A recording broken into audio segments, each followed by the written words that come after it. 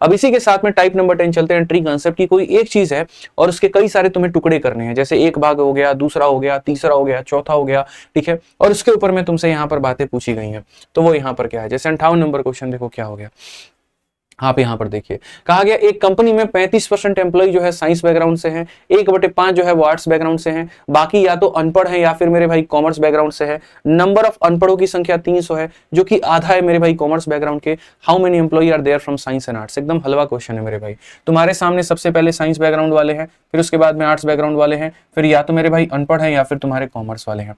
Science वाले कितने हैं मेरे भाई, तो 35% है। आर्ट्स वाले कितने हैं, तो 1/5 का मतलब 20% है। तो आर्ट्स वाला कितना हो गया, तो यहाँ पर इतना हो गया।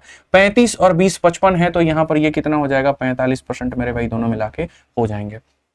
ठीक है, कहा गया नंबर ऑफ इलिटरेट इज 300, अनपढ़ों की संख्या कितनी है मेरे भाई, यहां पर 300 है। और कहा गया which is half of commerce background, यानी अगर यहां पर ये 2 है तो ये कितना होगा, 1 यूनिट होगा। अब 3 का मान 45 है, 1 का मान 15 होगा, 1 का मान 15 होगा तो इस 1 का मान 15% होगा और इस 2 का मान मेरे भाई 30% होगा। सिंपल सी बात है यहाँ पे। How many employ are there in science and arts. अब मेरे भाई देखो यहाँ अनपढ़ों की संख्या जो 300 है, अब ये 300 मेरे भाई कितने परसेंट की वैल्यू है, तो 15 की है। और क्वेश्चन में कहा गया किसका पता करना है, साइंस और आर्ट्स का। साइंस आर्ट्स का मेरे भाई यानी 55 का मान पता करना है। 15 से मेरे भाई काटोगे तो सीधा 20, 55 का 1 गुना 210, यहाँ पर 110 जो होगा ये हमारा सही होगा। तो ये कोई क्वेश्चन नहीं था ढंग का मेरे भाई, बड़ा बढ़िया से आप इसको बना सकते थे और कोई दिक्कत की बात नहीं है। ठीक है, जो दिया गया था 15 का मान है, पूछा गया 55 का मान है, तो सीधा इसको बना लेते। ठीक है, इस टाइप का पहला सवाल आ गया। और चलो CHSL 2024 का क्वेश्चन देखो यहाँ पर क्या है। कहा गया कि man spend 35% of his monthly income on food, 4/3 of the remaining on मेरे भाई income on transport, he income some other expenses but also saves इतना per month, the latter being equal to 20% of the balance remaining just after spending food and transport, what is monthly income. Normal मेरे भाई यहाँ पर question हो गया कि एक आदमी अपने मासिक आय का 35% भोजन पे, यहाँ पर इसका मेरे भाई कुछ आय होगा, भोजन के ऊपर में मेरे भाई जो है कितना दे रहा होगा, तो 35% मेरे भाई दे रहा होगा। तो 35% मेरे भाई फूड पे दिया, 4/13 of the remaining on transport, मेरे भाई यहाँ पर कुछ पैसा बच जाता है और ये बचे हुए पैसे का मेरे भाई क्या करता है, तो 4/13 भाग जो है मेरे भाई यहाँ पर ये ट्रांसपोर्ट पे मेरे भाई देता है। ठीक है, और कहा गया मेरे भाई जो बाकी पैसा बच जाएगा, अब जैसे 13 में से देखो यहाँ पर 4/13 था ना, 13 में से 4 निकाल दो तो मेरे भाई 9/13 पार्ट। ठीक, ये ट्रांसपोर्ट पे चला गया तो मेरे भाई यहाँ पर इतना भाग बचा, तो 4/13 ऑन मेरे भाई transport, he incur some other expenses but also saves 6300 per month. मेरे भाई उसके और भी खर्चे होते हैं लेकिन लास्ट में वो इतना मेरे भाई यहाँ पर क्या करता है, मैनेज कर लेता है। जो अदर खर्चा है, the latter being equal to 20% of the balance remaining just after spending on food and transport.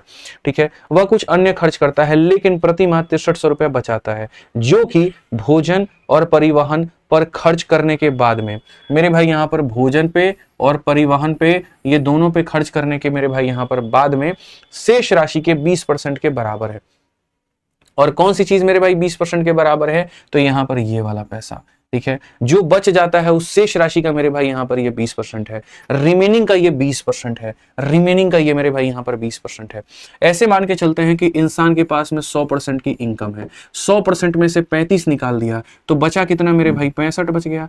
अब इस 65% का मेरे भाई 4/13, तो 65 का मेरे भाई 4/13 तुम्हारे सामने कितना होगा जरा बताना, तो बोलोगे 20%। यानी मेरे भाई अगर हम इनकम के हिसाब से देखें तो यहां ट्रांसपोर्ट में कितना खर्चा होगा, 20% होगा मेरे भाई। ट्रांसपोर्ट में कितना खर्चा होगा, तो 20% होगा। तो क्वेश्चन में कहा गया कि ये जो इंसान सेव कर रहा है अपने सारे खर्चों को, देखो यहां पढ़ लो अच्छे से, कि प्रति माह इतना बचाता है जो कि भोजन और परिवहन पर खर्च करने के बाद शेष राशि का 20% है। मेरे भाई तुमने 35 यहां खर्च कर दिया, 20 यहां खर्च कर दिया, 55 खर्च कर दिया, तो बचा कितना, 45%। यानी ये जो तुम्हारी इनकम है, इस इनकम का 45% ये पैसा तुम्हारे पास में बचा हुआ है, और इस 45% का जो 20% है वो 6300 के बराबर है। इसका मेरे भाई जो 20% है वो किसके बराबर है, तो 6300 के बराबर है। क्वेश्चन में यहाँ पर कहा गया है मासिक आय कितनी है, आप यहां निकाल लो। आप यहां कहोगे जी 9 से हमारा 5 बार में और 9 से हमारा मेरे भाई कितनी बार में, तो 7 बार में। 20 और 5 से आपका 100 चला गया, 00 लेकर के चले जाओ मेरे भाई, बात खत्म। यहाँ पे सीधा सीधा उत्तर है कौन सा ऑप्शन है, सी जो है हमारा आंसर है। नॉर्मल क्वेश्चन है भाई, कहता है इलेक्शन के क्वेश्चन कराओ, सबर करो, इलेक्शन भी आएगा, कमीशन भी आएगा, वेन डायग्राम भी आएगा, सबर करो। ठीक है, तो अभी यहाँ पर आपने देखा कि कैसे यहाँ फूड में खर्चा हुआ, जो बच गया उसका यहाँ ये कैसे निकाले, और सारी बातें ये ट्री मेथड के ऊपर में है, जो स्ट्रक्चर है पूरा पूरा ट्री के ऊपर में बन रहा है। ठीक है, चलो आ जाओ एक क्वेश्चन और ऐसा ही मेरे भाई, यहाँ पर ये वाला सवाल भी मेरे भाई देखो क्या कहा गया। As Prabhat was buying a book to gift his friend, he first paid the shopkeeper 60% of the money that he had with him, however he immediately realised that the amount he paid was only 80% of the price of the book, so he further offered 55% of the money remaining with him to the shopkeeper and received 56 chocolate in return as exchange. ठीक है, along with the book, what is the amount left with Prabhat after he bought the book. यहां से लेके यहां तक पढ़ने में ऐसा लगेगा कि भाई साहब क्या ही हो गया हमारा, तो कितना टाइम वेस्ट हो गया, और सोचो पढ़ने में इतना हो रहा है तो बनाने में कितना होगा। ठीक है, लेकिन क्या करोगे, मेंस में इस तरह के क्वेश्चंस नहीं किए तो फायदा नहीं है। तो समय मैं तुम्हें दे रहा हूं 1 मिनट का, बना करके दिखा दो कैसे ये बनेगा, जल्दी मेरे भाई यहाँ पे। ठीक है, जल्दी बना करके दिखा दो।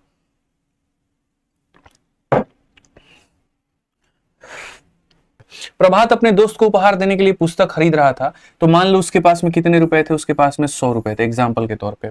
उसने पहले दुकानदार को अपने धन का 60% भुगतान किया, उसके पास में जो पैसा था उसका 60% यानी इतना भुगतान किया जो उसके पास था। हालांकि उसे तुरंत महसूस हुआ उसने जो राशि चुकाई है वह पुस्तक की कीमत का केवल 80% है, ये पुस्तक की कीमत का 80% है। ठीक है, आज मैं किसी को इतना पैसा देता हूं और पता चलता है यार ये तो बुक का सिर्फ और सिर्फ मेरे भाई कितना है, 80% है, ये 80% की वैल्यू थी। तो यानी जो बुक की कीमत आ जाएगी वो हम कैसे निकालेंगे, तो मेरे भाई बुक की कीमत को ऐसे निकालेंगे कि ये जो 80% की वैल्यू है तो 100% का मान मेरे भाई यहाँ पर कितना होगा। यही बात कहा गया ना कि उसे तुरंत महसूस हुआ कि उसने जो राशि चुकाई वह पुस्तक की कीमत का 80% थी। 20 से काटो 4 बार में, 20 से काटो 5 बार में, 4 से काटो 15 बार में, यानी बुक की कीमत कितनी की थी, बुक की कीमत 75 की थी। ठीक है, उसने चुकाई कितनी है, तो 60 चुकाई है। ठीक है, इसलिए दोबारा उसने अपने पास बचे 55% धन का भुगतान किया। ठीक है, अब पास में उसके पास में कितना बचा है, तो मेरे भाई यहाँ पर 40 रुपए बचा हुआ है, और इस पैसे का वो भुगतान कितना करता है, तो इस पैसे का वो 55% करता है। 40 का 55% जानते हो मेरे भाई, यहाँ पर 2/5 ऑफ 55 यानी यहाँ पर कितना हो जाएगा, 22 हो जाएगा। तो इस पैसे का मेरे भाई दोबारा भुगतान करता है, और कितना परसेंट करता है, 55%, तो ये कितना हो जाएगा, 22 रुपए मेरे भाई यहाँ पर वो और भुगतान हो जाएगा। ठीक है, तो यहाँ इसलिए दोबारा उसने इतना का भुगतान किया, और बदले में किताब के साथ साथ 56 रुपए वाली चॉकलेट जो है यहाँ पर वो प्राप्त हुई। अब तक कितना यूनिट वो पे कर चुका है, 60 यूनिट यहाँ पे किए, 22 यूनिट यहाँ पे किए, 82 यूनिट उसने पे कर दिया। मेरे भाई पे कितना किया था उसने, 82 यूनिट पे किया उसने, और मेरे भाई किताब की कीमत कितनी है, 75 यूनिट है मेरे भाई। तो जो बाकी के यूनिट बच गए, 82 में से 75 निकाल दो, जो बाकी के 7 यूनिट बच गए, वो 7 यूनिट किसकी कीमत है, तो चॉकलेट की है। और इसके जगह पर उसको क्या मिलता है, तो 56 रुपए का चॉकलेट मिलता है, इसके जगह पर 56 का चॉकलेट। तो पुस्तक खरीदने के बाद प्रभात के पास कितनी धनराशि बची है, पुस्तक खरीदने के बाद मेरे भाई कितनी धनराशि बची है। अब मेरे को एक बात बताओ, ये बंदा मेरे भाई यहाँ पर जो है कितना लेकर के आया था, 100 यूनिट लेकर के आया था। ठीक है, जब वो पुस्तक खरीदने गया तो उसने कितने यूनिट मेरे भाई लगा दिए, 82 यूनिट लगा दिए, तो उसके पास में बचा कितना होगा, 18 यूनिट मेरे भाई यहाँ पर बचा होगा। सिंपल सा है। अगर ये 7 अपने आप का मेरे भाई 8 गुना होता है तब जाकर के ये 56 रुपए बनता है, तो उसी तरीके से 18 यूनिट को पैसे में जब कन्वर्ट करोगे तो 18 का 8 गुना कितना हो जाएगा, 144 हो जाएगा। और ये तुम्हारा सही उत्तर होगा, ऑप्शन नंबर ए जो है आंसर होगा। कि उसके पास में इतना पैसा था, पहले दुकानदार को उसने इतना दिया, बाद में रियलाइज हुआ 80% की वैल्यू है, तो 100% का मान 75 होगा, यानी किताब का मान 75 रुपए का था। ठीक है, फिर ये भाई थोड़ा उसको और पैसा देता है, जो पैसा इसके पास में बच गया है उसका 55% यानी 22 रुपए यहाँ पर ये देता है। तो इसने किताब के लिए 60 और 22 यानी 82 रुपए दे दिए। ठीक है, बट किताब की कीमत 75 है, तो जो बाकी पैसा बचा उसका चॉकलेट मिला। 7 यूनिट का मान 56 रुपए अपने आप का 8 गुना, तो उसके पास 18 बचा है, तो 18 का 8 गुना यानी 144 रुपए उसके पास में बचे हैं। ठीक है, बहुत प्यारे प्यारे मेरे भाई यहाँ पर ये सवाल है, और ये सब आपको समझने की आवश्यकता है, सीखने की आवश्यकता है। आइए चलिए यहाँ पर 61 नंबर क्वेश्चन, यही वाला क्वेश्चन मेरे भाई कह रहे थे कि ये दिखने में आसान है लेकिन लोगों का बहुत ज्यादा वक्त बर्बाद करता है। यही वो सवाल था जो मैंने पीछे थोड़ी हाइक बना दी थी, बट असल में वो सवाल यहाँ पर मौजूद है। क्या कहा गया, price of a raw material has gone up by 15% and labour cost has also increase by 25% of cost of raw material to 30% of cost of raw material. By how much percentage should there be reduction in usage of raw material to keep the cost same.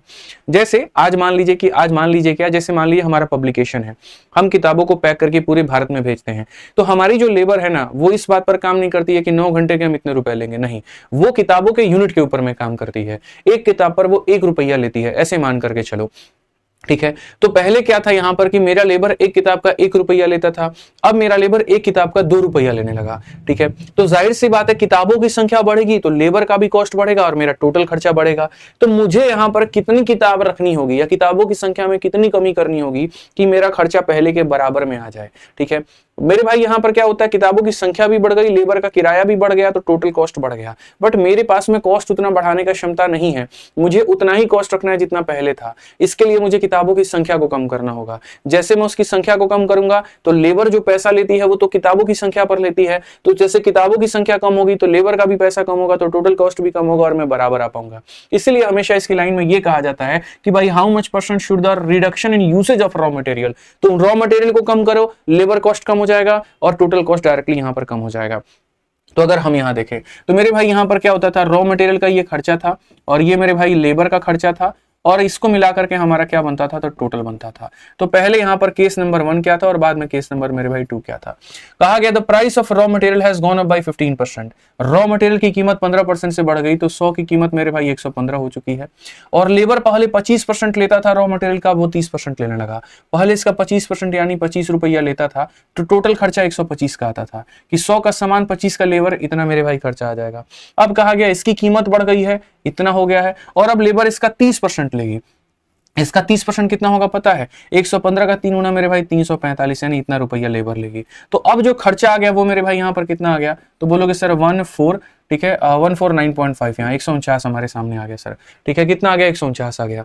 तो जो खर्चा मेरे इतना था, अब वो खर्चा मेरा इतना बढ़ गया, तो मैं इसको कम करके यहां ले जाना चाहता हूं।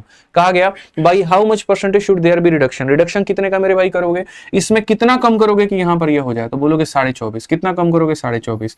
कितने की कमी, तो 24.5 की। और कितने के ऊपर में मेरे भाई यहां पर 149.5 के ऊपर में इंटू कितना करोगे, 100 मेरे भाई, ये तुम्हारा आंसर है। सीधा सा हिसाब किताब है भाई, ये तुम्हारा मेरे भाई यहां पर आंसर हो गया। ठीक है, अब यहां पर तुम कैलकुलेट करके देख लो कि मेरे भाई ये तुम्हारा कितना परसेंट आ रहा है, अप्रोक्सीमेट वैल्यू निकालो कितना आ जाएगा।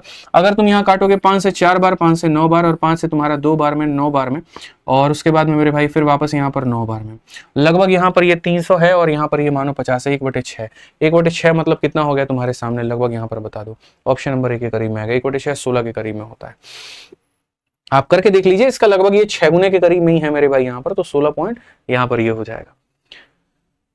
ठीक है मेरे भाई, बिल्कुल सॉल्व करके देख लो ना इसको, अप्रोक्सीमेशन लो 50 और 300, तो 50 का 6 गुना 1/6 के करीब में आ गया। ठीक है, बाकी तुम सॉल्व करके देखो कितना परसेंट आ रहा है। 4900 को 299 से भाग करना, 16 पॉइंट समथिंग आ रहा है, क्या आ रहा है। ठीक है, 4900 को आप भाग करके देख लो 299 से अपने मोबाइल में, कैलकुलेटर में भी। ठीक है, चलिए बहुत बढ़िया मेरे भाई, आगे बढ़े।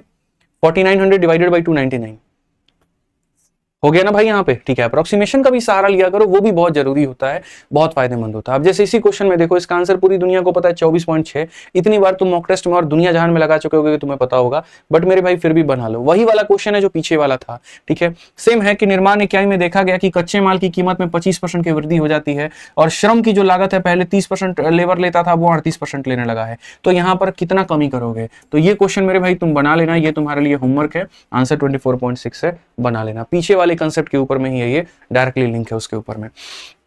ठीक है, चलिए तो मेरे भाई यहां पर ये सारा का सारा टाइप करने के बाद में अब आ जाते हैं टाइप नंबर 11, फ्रेश फ्रूट और यहां पर ड्राई फ्रूट का कंसेप्ट। ये भी छोटा सा मेरे भाई एक टाइप है जो कि तुम्हें अपने पेपर के लिए पढ़ लेना है और बहुत ज्यादा यहां पर ये कोई भारी भरकम चीज नहीं है। पढ़ो मेरे भाई 63 नंबर क्वेश्चन में यहाँ पर क्या कहा गया। सवाल में यहाँ बोला गया, large watermelon weight 20 kg with 96% of it weight being water. It is allowed to stand in the sun for a while and some of the water evaporate so that now only 95% of it is water. What is the reduced weight now. ये fresh और dry fruit का concept क्या होता है कि भैया देखो होता क्या है, एक तुम्हारे पास फल होता है, ताजा ताजा फल, जैसे तुम अंगूर को कह सकते हो, लालमी यानी वाटरमेलन को कह सकते हो। उसमें क्या होता है कि पानी की मात्रा ज्यादा होती है, गूदा का मात्रा कम होता है, या परसेंटेज कह लीजिए, पानी का परसेंट ज्यादा रहेगा फ्रेश में हमेशा, और यहां पर जो पल्प है उसका परसेंटेज कम होगा। जब तुम उसको धूप में छोड़ देते हो सूखने के लिए, उसके बाद में क्या होता है, सारा पानी सूख जाता है, तो अब पानी का प्रेजेंस कम हो जाता है, परसेंटेज कम हो जाता है और गूदा का जो परसेंटेज है वो बढ़ जाता है। बट इस पूरे प्रक्रिया में एक चीज रहती है और वो सेम रहती है, वो है गूदा की एक्चुअल वैल्यू। जैसे मानो इस कंपनी में यहाँ पर एक बहुत बड़ा इन्वेस्टर है, ठीक है, वो इन्वेस्टर का परसेंटेज बहुत ज्यादा है और मेरा परसेंटेज कम है, वो 70% मालिक है और मेरा भाई 30% है। धीरे धीरे वो इन्वेस्टर अपना पैसा निकालते जाता है, लेकिन मैं वैसा का वैसा ही रहता हूं। कल के दिन पता चले वो 70 रुपया से 10 रुपया पर आ गया और मैं 30 का 30 ही रहा, या वो 70 से 20 पर आ गया और मैं 30 का 30 रहा। अब पूरे कंपनी में 50 रुपए में 30 रुपया मेरा, यानी मैं 60% का मालिक हो गया। मेरा परसेंटेज वेरी करेगा बट मेरी वैल्यू वैली नहीं करेगी। पहले भी मेरे पास 30 रुपए थे, अब भी मेरे पास में 30 रुपए हैं। तो जैसे तुम्हारा कोई अगर फल है, वो फल में गूदे का वजन अगर 1 किलो है ना, तो मेरे भाई जब वो ताजा था तब भी वजन 1 किलो, सूखा था तब भी वजन 1 किलो। जैसे इंसान के शरीर में जो मांस है, मांस का वजन नहीं बदलता है, पानी के ऊपर नीचे होने से इंसान का वजन बदल रहा होता है। आप जनरली ऐसे कंसीडर कर लो इस एग्जांपल के लिए। तो जो मेरे भाई वेट होगा तुम्हारा पल्प का, ठीक है, ड्राई फ्रूट में, और जो वेट होगा मेरे भाई तुम्हारा पल्प का फ्रेश फ्रूट में, यहां पर किस केस में मेरे भाई ड्राई फ्रूट में, समझना मेरे भाई, ये किस केस में ड्राई फ्रूट में, और यहां पर मेरे भाई किस में फ्रेश फ्रूट में, ये दोनों क्या होगा सेम। तो हम वेट को मेरे भाई बराबर करते हैं और वेट को देखते हैं। तो अगर हम देखें तरबूज में, यहां पर 20 किलोग्राम का तरबूज है जिसमें 96% क्या है, तो पानी है। अगर 96% पानी है तो गूदा कितना होगा, 4%, यानी इस तरबूज का मेरे भाई 4% क्या है, गूदा है। यहां से गूदे का मात्रा निकालो, ठीक।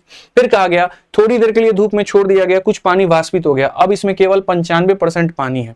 अब 95% मेरे भाई पानी है तो गूदा कितना परसेंट होगा, 5% होगा। यानी अब अगर इसका वजन x किलो है ना, तो उसमें 5% क्या होगा, तो मेरे भाई गूदा होगा। पहले के वजन का 4% और अब के वजन का 5%, दोनों गूदा ही है, दोनों क्या होंगे, बराबर। दोनों गूदा है तो दोनों क्या होंगे मेरे भाई, बराबर। बस बात खत्म। 5 से काट देंगे, 4 बार में 4 चुके 16 आ गया यहाँ पर। ये तो देखो ये है बहुत आसान सवाल, लेकिन कभी कभार पेपर में क्वेश्चन यहाँ से भी आ जाता है। जैसे हो सकता है परसेंटेज का क्वेश्चन आसान आ जाए, प्रॉफिट लॉस का क्वेश्चन टफ आ जाए, तो थोड़ा इस टाइप के भी क्वेश्चंस करने हैं। हमें हर एक टाइप इस बैच में करना है, हमें हर एक लेवल का क्वेश्चन इस बैच में करना है, छोड़ना हमें कुछ भी नहीं है। पहले दिन से माइंडसेट बना के चलना है कि पूरा मैथ्स में 90 में 90 चाहिए तो चाहिए मेरे भाई। यहाँ एक नंबर अफोर्ड नहीं कर सकते, मुझे 89 पसंद नहीं है। पिछली बार भी मैंने इस बैच में कहा था, यहाँ भी कह रहा हूँ 89 भी आया तो मेरे भाई मत बताना मुझे 89 आया। हालांकि 89 का कोई एल्गोरिथम बनता नहीं है, या तो 87 आ सकता है मेरे भाई यहाँ पर, या 86 आ सकता है। छूट गया तो छोड़ दिया तो मेरे भाई 3 कट गए, और गलत कर दिया तो 4 कट गए, तो वो भी पसंद नहीं। भाई क्यों यार हम अफोर्ड करें, क्यों हम यहाँ 86 87 का टारगेट लें, क्यों 80 प्लस का टारगेट लें, क्यों 85 प्लस का टारगेट लें। जब क्षमता है, पोटेंशियल है तुम्हारे अंदर भी, और जब मैं उस लेवल के क्वेश्चंस करवा रहा हूँ, सिखा रहा हूँ, तो ठोके लाओ ना नंबर में। इसमें कौन ऐसा क्वेश्चन है मेरे भाई यहाँ पर जो है कि तुम करने जाओगे और नहीं होगा तुमसे? क्यों भाई, 3 महीने का वक्त है तुम्हारे पास में, पढ़ो ना। किसी ने रोका है, हाथ पांव रोका है तुम्हारा? पढ़ो मेरे भाई। यहाँ पे एक चीज ऐसी है जो मेरे भाई बता दो कि सर ये चीज ऐसी है जो आप नहीं पढ़ा रहे, इसके चलते हमारा नंबर कट जाएगा। नहीं, हम सब पढ़ाएंगे। परसेंटेज, प्रॉफिट लॉस, पूरा अरिथमेटिक, पूरा एडवांस, पूरा डीआई, एक एक चीज, प्रोबेबिलिटी का नया वाला सारा सवाल, नए पैटर्न के सारे बेस्ड क्वेश्चन, हम सब कुछ कराएंगे। तो जब हम सब कुछ कराएंगे, तुम्हें सब कुछ इस बैच के अंदर में मिलेगा मेरे भाई। पूरा क्लास भी मिलेगा तुम्हें जो है प्रैक्टिस करने के लिए प्रो लेवल की शीट मिलेगी और सारे क्वेश्चंस मिलेंगे, ठीक है। तो फिर दिक्कत क्या है, फिर पढ़ो बढ़िया से, छोड़ना थोड़ी है। अभी से समय है तुम्हारे पास में, 3 महीने का वक्त है। 3 महीने में ढंग का शेड्यूल बनाओगे, चारों विषय को अच्छे से पढ़ोगे तो नंबर तुम्हारे बनेंगे। बट मेरे सब्जेक्ट में मैथ्स में 90 में 86 भी नहीं चाहिए, 87 भी नहीं चाहिए, पूरा नंबर चाहिए मुझे, ध्यान रखो। अब ये क्वेश्चन देख लो, वाटर मेट का वजन जो है मेरे भाई 17 किलो है, 91% वाटर है। तो 17 किलो का अगर 91% वाटर है तो गूदा 9% होगा। कहा गया मेरे भाई धूप में छोड़ दिया जाता है, अब सिर्फ 85% वाटर है। तो मेरे भाई अगर उसका वजन अब इतना है, 85 वाटर है, तो 15% गूदा होगा मेरे भाई यहाँ पे। What is the reduced weight of the watermelon now? 17 kilo में यहाँ पर जो है 9% मेरे भाई पानी, 9% गूदा था। अब उसके बाद में यहाँ पर जो है x में मेरे भाई 15 है। यहाँ पे आप यहाँ देखोगे तो बोलोगे सर ये देखो 3 से हमारा 3 बार में, 3 से हमारा 5 बार में, 51 को 5 से भाग करोगे सर 10.2, ठीक है।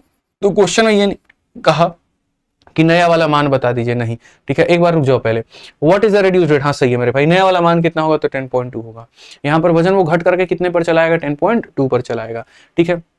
ऐसे ही एक और क्वेश्चन है मेरे भाई, उड़ा दो जल्दी से। यहाँ पे ताजे फल में 68% पानी है और सूखे में 20% पानी है, इसमें गूदा कितना होगा, तो 32%, और सूखे वाले में गूदा कितना होगा, तो मेरे भाई यहाँ पर 80%, ठीक है। कहा गया 65 किलोग्राम ताजा फल, ताजा फल कितना लेना है, 65 किलोग्राम में कितना सूखा फल होगा, सूखा फल कितना होगा, x किलो होगा। इसका 32% इसके 80 के बराबर है। सीधा मेरे भाई काटो, 8 से या 16 से तुम काटो 5 बार में, 16 से काटो 2 बार में, 5 से काटो 13 बार में, 13 × 2 26 हो जाएगा। कौन सा ऑप्शन है, भी आंसर है। कोई मतलब ही नहीं बनता ऐसे सवालों का। तो फिर से रिपीट कर देता हूं, देखो यहाँ पर आपका जो ये मेंस बैच है, इसके अंदर में आपको मेरे भाई सारी लाइव क्लासेस भी अटेंड करनी है, ठीक है। उसके बाद में जितने क्लासरूम शीट है उसको 1 से 2 बार बनाना है। इसके अलावा हम आपको जो प्रो लेवल की मेरे भाई शीट देंगे वो यहाँ पर आपको 2 बार करने हैं। एंड के टाइम पर आपको मेंस के लिए मेरे भाई 30 या 50 मॉक टेस्ट हम दे देंगे। हालांकि एंड में नहीं, हम शुरू में ही स्लॉट बांटते रहेंगे। पहले महीना में हमने 15 दे दिया, अगले महीना 15 दे दिया, अगले महीना हमने 15 टेस्ट प्रिपेयर करके दे दिया, तो एप्लीकेशन पर आपको 50 के करीब में मॉक टेस्ट मेंस लेवल का मिल जाएगा। और अंत के समय में यहाँ पर जो है हम आपको आराम से 10 प्रैक्टिस सेट लाइव भी हो सकता है करवा दे, समय के बचत के ऊपर में है। और प्राइवेट टेलीग्राम जो आप लोगों का जुड़ा हुआ है, अभी 1 हफ्ते के बाद में उसको एक्टिव कर देंगे, तो वहां पर भी हम आपके साथ में कनेक्ट करते रहेंगे, डिस्कशन होता रहेगा और मैं बीच बीच में उसको भी लाइव आता रहूंगा। ठीक है, तो बढ़िया से पढ़ाई करो मेरे भाई। यहाँ पर सब कुछ तुम्हारे इस मेंस बैच में मैंने दे दिया है, जितना मेरे तरफ से हो सकता था। ठीक है, एक शिक्षक के नाते, भाई के नाते जितना कुछ मैं कर सकता था वो सारा कुछ मैं तुम्हारे लिए कर चुका हूं। बस बढ़िया से अपना जुड़ करके अपना पढ़ाई करो भाई। ठीक है, चलिए, बाकी सेशन कैसा लगा मेरे भाई वो कमेंट बॉक्स में आप बता दीजिएगा। पूरा सेशन जो है यहाँ पर पूरी जो पीडीएफ है हमने मेरे भाई यहाँ डाल रखी है टेलीग्राम पर, तो बढ़िया तरीके से सारे लोग निकाल करके इसका फायदा जरूर ले लेंगे। ठीक है, चलिए तो मिलते हैं मेरे भाई अब एप्लीकेशन पे सीधा। ध्यान रखिए अपना, आप खुश रहिए, मस्त रहिए, बढ़िया से पढ़ाई आप करते रहिए। ठीक है, चलिए बहुत बहुत धन्यवाद मेरे भाई, यहाँ पे बहुत बहुत धन्यवाद। Thank you, thank you. ठीक है।